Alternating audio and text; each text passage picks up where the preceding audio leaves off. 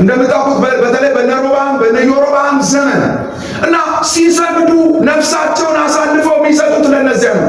አስታሮት የሚባል ጣዖት ያመልካሉ። በዓል የሚባል እንደገና ሞሎክ የሚባል ልጆቻቸውን ከማዕፀን የአብራካቸውን ፍሬ ሁሉ መስዋዕት አድርገው እስኪሰጡ ድረስ እግዚአብሔር የመጣውን ፍለጋ እንደምታውቁት የነቢዩ ኤርምያስ የመጨረሻው ሰቆቃ ኤርምያስ የሚባለውን ታውቃላችሁ።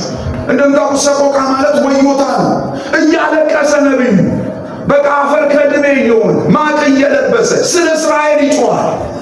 ፈውስ አጥቷል ይላል። ይሄስ መድኃኒት አጥቷል ይላል እና ተግዘው ለባቢሎን ታልፈው የሚሰጡበት የመጨረሻ የዋዜማ ነቢይ እንደሆነ ታውቃላችሁ። ሰሜን እስራኤልን በተመሳሳይ ሆሴዕ የሚባል ነቢይ የመጨረሻ ነቢያቸው ነው። እስራኤል አሻፈረኝ ስትል እንደገና በአሦር በ722 በምርኮ እንደሄዱ ታያላችሁ። እግዚአብሔር በነቢያቱ በኩልም ፈልጎ ሕዝቡን አላገኘም። እግዚአብሔር በመጨረሻ ፍለጋው የቀናው በአብራኩ ክፋይ ያለው የዘላለም ልጁ የሆነው ኢየሱስን ወደ ዓለም ላከ። እግዚአብሔር እኛን በመፈለግ የወሰደው ያ 6500 ዓመት ጥያቄ የተመለሰው በኢየሱስ። ክብር ለጌታ። እኔና እናንተ ከእግዚአብሔር ርቀን የነበርን ሕግ የተሰጣቸው እስራኤላውያን ብቻ ሳይሆን አሕዛብ የሆንን እኛ ራሱ ለእግዚአብሔር ፍለጋ ያልተገኝን ነበርን፣ ርቀን ያልን ነበርን። እግዚአብሔር ግን እንደምታውቁት መስቀል ላይ አንድያ ልጁን አንጠልጥሎ በመስጠት ሉቃስ 19:10 እንደሚል የሰው ልጅ የጠፋውን ሊፈልግና ሊያድን መጥቷልና እንደሚል እግዚአብሔር አምላክ የሰውን ልጅ ፈልጎ አገኘ። በማ በኢየሱስ። እስኪ ኢየሱስ ኢየሱስ የእግዚአብሔር ሰርች ኢንጂን ላይ እኛን ያገኘን ተገኝተናል። አሁን በኢየሱስ እዚህ የመጣነው ሁላችንም መስቀል ላይ ስለተገኘን ነው። በፍለጋው ያገኘን እግዚአብሔር ይባረክ። ስለዚህ ዛሬ እግዚአብሔርን መፈለግ የሚለው ሐሳብ ላይ ምን ቆየው? በእግዚአብሔር ተፈልገን ተገኝተናል። ጌታ ይባረክ። እስኪ አሜን በሉ። ወደ ልባችን ሰገነት የገባ እግዚአብሔር ይባረክ። ይሁናችሁ። እግዚአብሔር በሕግ እንደፈለገ በነቢያት እንደፈለገ እግዚአብሔር በመቅደሱ እንደፈለገ አይደለም። የልጁ ፍለጋ እኮ ይለያል። እናንተ በልጁ የፈለገን ፍለጋ ይለያል። አሜን በሉ። ይለያል። ይሄ ፍለጋ ለሰዎች ሁሉ የመጣ ነው። እግዚአብሔር ከአዳም ጀምሮ ይፈልግ የነበረውን የሰውን ልጅ ያገኘው መስቀል ላይ ነው። በመስቀሉ ስራ በሞቱ በኩል እኔና እናንተ ወደ እግዚአብሔር ተገኝተናል። እግዚአብሔር አግኝቶናል። አሁን ልጆች ሆነናል። አሁን መጻተኞች አይደለንም፣ የእግዚአብሔር ቤተሰቦች ነን። አሁን እንግዶች አይደለንም፣ ባለጋሮች ነን። አሁን ሩቅ አይደለንም፣ ቀርበናል። በማ ሲባል በኢየሱስ። እግዚአብሔር እኛን ለመፈለግ ያወጣውን ነገር ላስታውሳችሁ ወዳለሁ። እንደው የሕይወቱን መሬት ላይ ሰማይ ከክብሩ ዝቅ ብሎ ውዳቂ ምድራዊ የሆነ ስጋ ተዋህዶ እንደኛ በጠባብ ደረት ባጭር ቁመት በተናቀ ናዝሬት በተባለ ከተማ 33 ዓመት ከ3 ወር ኑሮ አይገርማችሁ? ተዋርዶ ተንቆ ተጠፍቶበት አይገርማችሁ? ቪያ ዶሎራሳ የተባለ 650 ማይል 46.94 ኪሎ ግራም የሚመስል እርጥብ እንጨት ተሸክሞ ፍላጅለን በተባለ እርጥብ አጥንትና ብረት በተቀላቀለው ጅራፍ ከሐሙስ ሌሊት ጀምሮ እስከ ዓርብ እኩለ ቀን ሲገረፍ አድሮ ያንን ተራራ ብቻውን ወጥቶ በፈጠረው ምድር ላይ እንዳይሞት ከምድር ከፍ ደግሞ በሰራው ሰማይ እንዳይገባ ከሰማይ ዝቅ አድርገውት እርቃኑን ዓለምን ሁሉ በጸጋ የሚያለብሰውን አምላክ ዓለምን ሁሉ እጽዋትን ሁሉ በአበባ የሚያለብስ አምላክ እርቃኑን ተንጠልጥሎ በሰጠን ነፍስ እዚህ ተገኝተናል። የተገኘነው በእሱ መሞት፣ ሕይወት የቀጠለው በእሱ አለመኖር። ክብር ለኢየሱስ ይሁን። ያገኘን እንደዚህ ዋጋ ተከፍሎበት ወዳጆች። ክርስትና እንደምታውቁት የቅርብ ዘመን እንኳን የቅርብ ዘመን ማለት የአባቶቻችን የቅርብ ዘመን ታሪክ እንኳን የሚናገረው አባቶቻችን ጣዖት አምላኪዎች ናቸው። ባህር ውሃ አምላኪዎች ናቸው። ኩሺቲኮች እንደምታውቁት ኒውሎ ሳሃራ የሚባሉት በሙሉ አባቶቻችን ወዳጆቻችን ሴሚቲክ የተወሰነ አይሁዳውያን ናቸው፣ ሕግ አክባሪዎች ናቸው። አብዛኞቻችን የኋላ ታሪካችን እንኳን ጣዖት ማምለክ ነው። ጥሩ የዘር ግንድ አይደለም ለእግዚአብሔር ፍለጋ ያበቃል። ወዳጆች የተማርን ሊቆች ስለሆንን አይደለም፣ ወይም ጌቶች ስለሆንን አይደለም። በፍለጋ ውስጥ ለመፈለግ የሚያበቃን ምንም ነገር የለንም፣ መስፈርት የለንም። ፈልጎ ያገኘን በፍቅሩ ብዛት። ይህንን ፍቅር ኤርምያስ ሲናገር ሄሴድ ይለዋል እና ስቴድፋስት ላቭ ኢንዱሪንግ ፎሬቨር ማለት ነው። ከራሱ የሚፈስ ፍቅር የእኛ ደግነትም ብጽዕናም ማለት ዋጋ ሚዛን የማይሰጠው እንዲሁ የወደደን ፍቅር የተባረከ ይሁን፣ የተባረከ ይሁን። ያቺን ሳምራዊቷን ሴት የፈለገው ፍቅር ነው እኔንና እናንተን የፈለገው። ያቺን አመንዝራዊቷን ሴት ትገደል የተባለችውን ሴት የፈለገው አይነት ፍለጋ ነው እኔንና እናንተ ጋር እግዚአብሔር የመጣው። የማልፈለገው ተፈልጌያለሁ። ሚዛን የማልደፋው በፊቱ ሚዛን ደፍቻለሁ። ቸርች ቁጭ ብለን እህቶች ዘለግ ያለ ቀሚስ ለብሳችሁ፣ ወንድሞች እንደኔ ሸሚዝ ጠቅ አርጋችሁ ያለውን ነገር ትስጥስ አርጋችሁ ስለወጣችሁ አይደለም ያማረባችሁ። ያማረ ማለት እንደናንተ እኮ ክክ ለብሶ ነፍሱ የሚሰቃይ ብዙ አለ በዓለም ሁላችሁ። ከነ ድሪቷችን ባለ ግርማ ያደረገ በቃ ከነ ምናምናችን ግን ፊቱ ሞገስ የሰጠ ሁላችሁ። ቤተ መንግስት አንኳኩታችሁ ለመግባት የሚሆን ድፍረትም ፍቃድም የሌለንን ሰዎች ወደ ቅድስተ ቅዱሳን እንድንገባ ድፍረት የሰጠ እግዚአብሔር ፊት ነው ያለ። ክብር ለኢየሱስ ይሁን። ተፈልገን የተገኘን ተራ ሰዎች አይደለን ወዳጄ። ፌስቡክ ላይ ብዙ ላይክ አጣ ቶ ዓለም ስላልፈለገች አይንቅ። በ24 ሰዓት ውስጥ ወዴት ነህ የት ነህ የሚል ሰው ስልክ ደውሎ አጣ አይግረም። እግዚአብሔር ፈልጓል።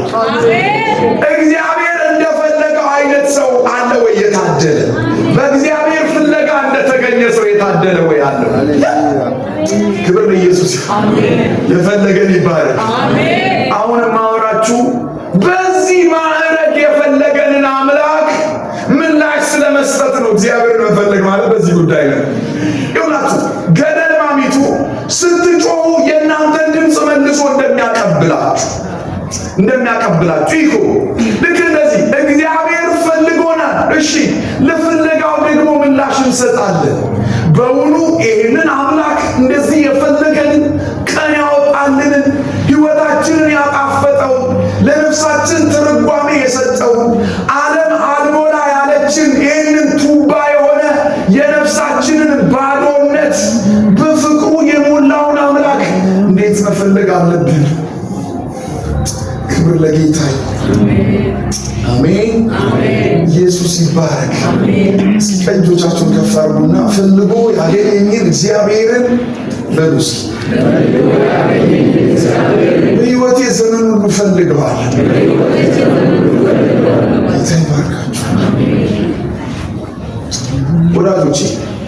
ስለዚህ እግዚአብሔርን መፈለግ የዚህ መጽሐፍ ርዕስ መጽሐፍ ቅዱስ ውስጥ አንደኛ ዜና ምዕራፍ 12 ቁጥር 32 ዘመኑን የተረዱና እስራኤላውያን ምን ማድረግ እንደሚገባቸው የተገነዘቡ የይሳኮር ሰዎች የሚል ቃል እናገኛለን። አንደኛ ዜና ምዕራፍ 12 ቁጥር 32 ዘመኑን የተረዱ ኮስሚክ የሆነውን ዓለም ይህን ኮስሞስ የተረዱ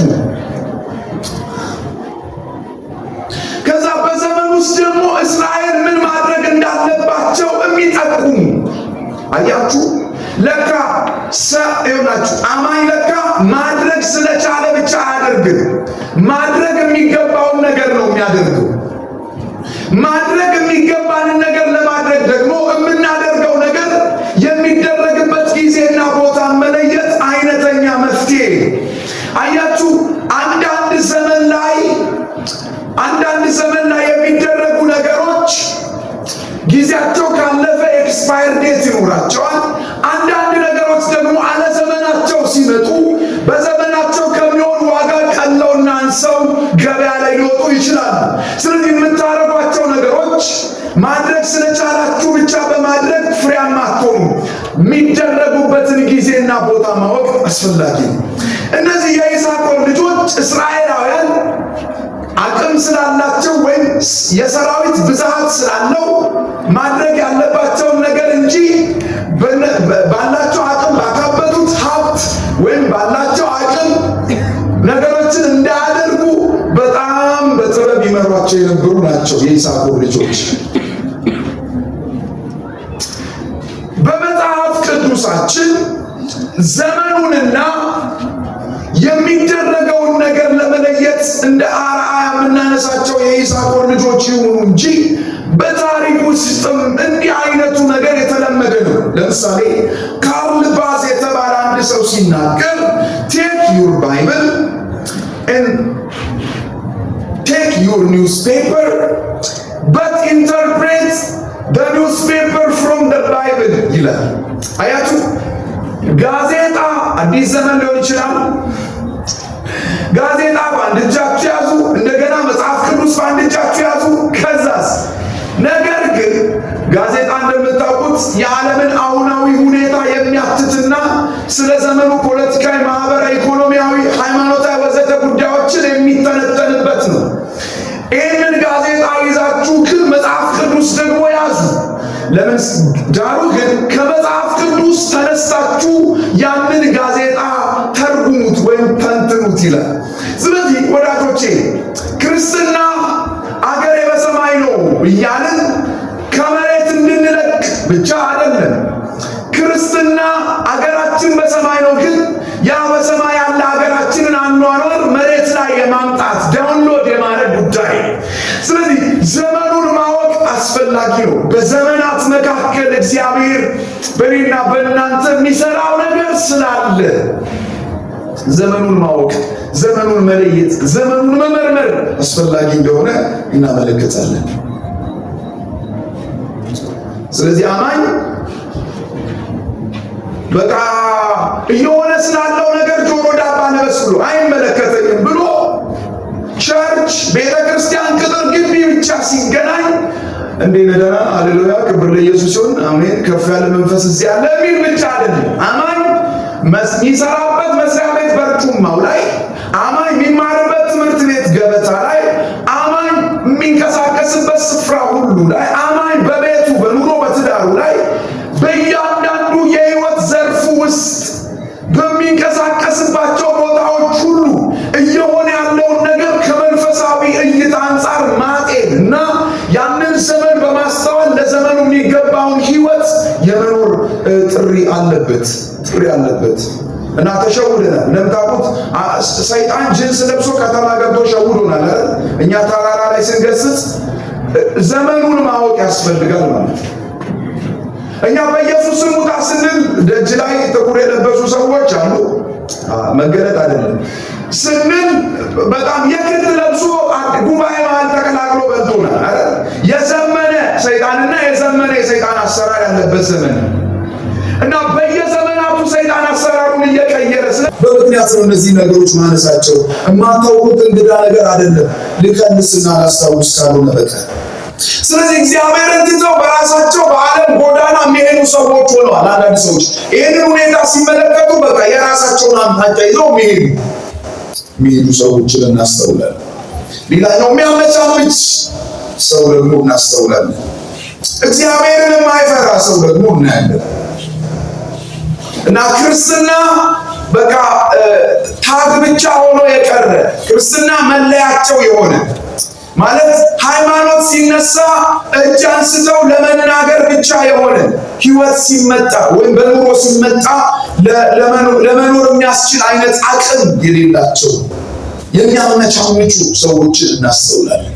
ምን ችግር አለው ምን አለበት የሚሉ ማለት ግቢ ውስጥ ከጓደኛ ጋር ኪስ ባረግ ምን ችግር አለው የሚሉ ምን ችግር አለ? ፖርኖግራፊ ከሚያይ ዓለማዊ ጓደኛው ጋር ቁጭ ብሎ አንድ የኮምፒውተር መስኮት ለማየት የሚደፍር አይነት ክርስቲያን ያለበት ዘመን ላይ ደርሰናል። የሚያመቻምቹ ምን ችግር አለው የሚሉ ምን አለበት እነገሌ የሆኑ አይደለ ያሉ ሪፈረንስ የሚጠቅስ አይነት አማኝ ያለበት ዘመን ወዳጆች። ክርስትና እንደምታውቁት ከማያምኑት ጋራ በማይመች በማይመች አካሄድ አትጣመድ ይላል መጽሐፍ። እኔ እጨምራለሁ ከሚያምንም ጋር በማይመች አካሄድ መጣመድ የለብንም።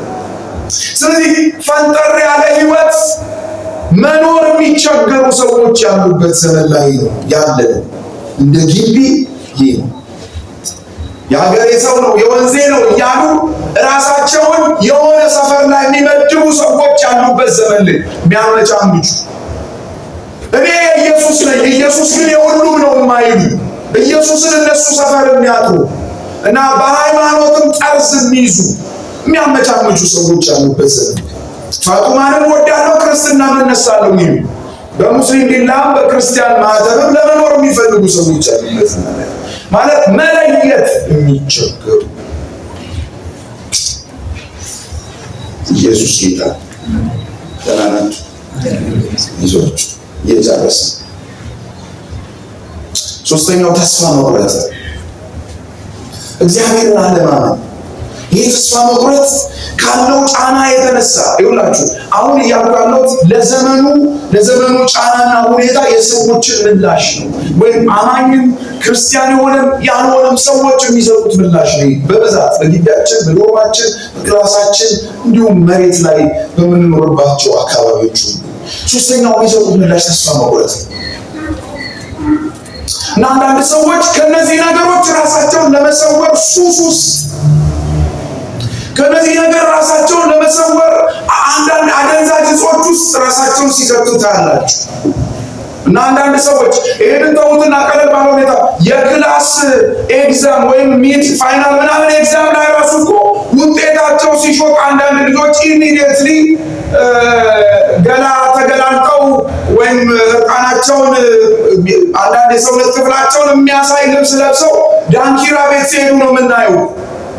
በአካባቢ የሚስተዋለው ይሄ አንዳንዶች ሱስ ውስጥ ሲገቡ ነው የምናየው። ኢስላማኝ የሆኑ ክርስቲያን የሆኑ ወዳጆች ለዘመኑ የሰጡት ምላሽ ይሄ።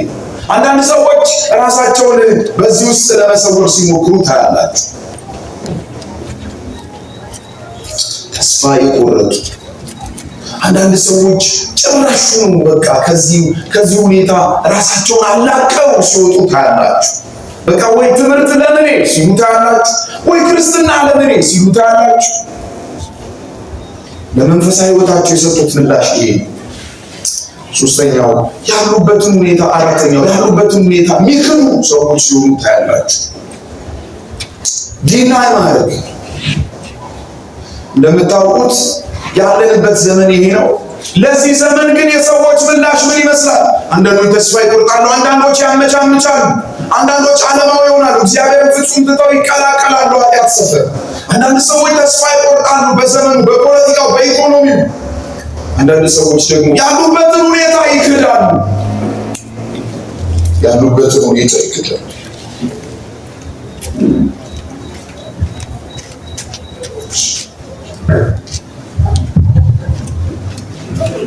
ክብር ለጌታ።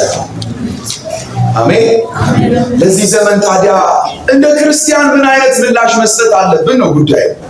እሺ ሰዎች እንዲህ አይነት ምላሽ እየሰጡ ነው። እኛስ ይሄን ጥቁር መጽሐፍን የምናምን እኛስ የዘላለም ሕይወት ከዚህ ነው የሚቀዳው የምንለው፣ የሕይወት ስርዓት ከዚህ ነው የምንቀዳው የምንል እኛስ ምን አይነት ምላሽ መስጠት አለብን? እሱ ነው እንግዲህ። አሁን ይሄንን ሁኔታ ካየን ይሄ ነገር እየጨመረ ከጊዜ ወደ ጊዜ እየከፋ ከሄደ ምንድነው መሆን ያለብን?